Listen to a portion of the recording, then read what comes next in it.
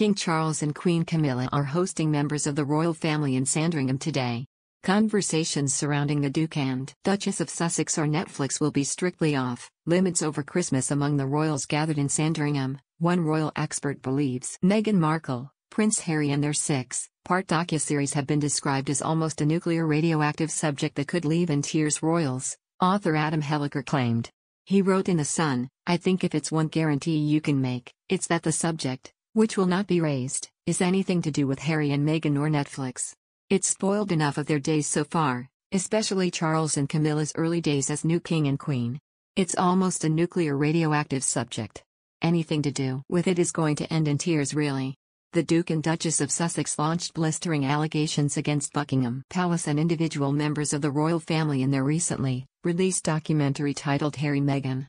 The program included Harry speaking of a dirty game, including constant briefings about other members of the family, about favors, inviting the press in. He also claimed the royal communications office's partake in leaking and planting of stories, adding he found it heartbreaking that his brother would embrace this habit. In the fourth episode of the documentary, the Duke of Sussex claimed, "So if the comms team want to be able to remove a negative story about their principal, they will trade and give you something about someone else's principal.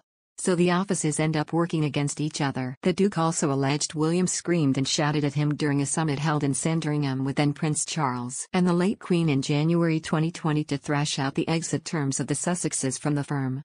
In perhaps his most damaging claim, Harry also alleged the palace put his name on a joint statement without him being asked to quash an article, saying William's bullying had driven out the Sussexes of the firm. He said, "Within 4 hours, they were happy to lie to protect my brother. And yet for 3 years, they were never willing to tell the truth to protect us." The royal family are also bracing ahead of the release of Prince Harry's memoir, Spare. While the content of the book will remain strictly under wraps until its publication date on January 10, royal watchers believe it could include criticism of King Charles in particular if Harry discusses his upbringing. Today, the royal family will focus on spending time together on the first Christmas since the death of Queen Elizabeth II.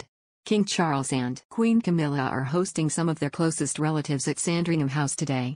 Abiding by the tradition launched by the late Queen in the 1980s, when the firm stopped celebrating Christmas in Windsor, the monarch and his wife will head to church accompanied by family members for the main Christmas morning service held at St. Mary Magdalene Church.